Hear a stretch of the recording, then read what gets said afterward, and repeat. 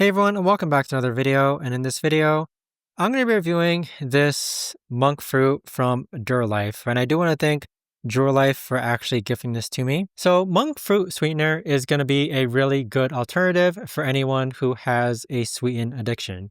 And so with that sweetened addiction, I'm talking about it's a great sugar alternative. And so with this being a sugar alternative, I currently use it to make my matcha drinks. And so with my matcha drinks, instead of actually putting in like a tablespoon of sugar, I'll just add this sugar alternative so that it has 0 calories, but it still tastes sweet. And so with this monk fruit, it measures and tastes exactly like sugar.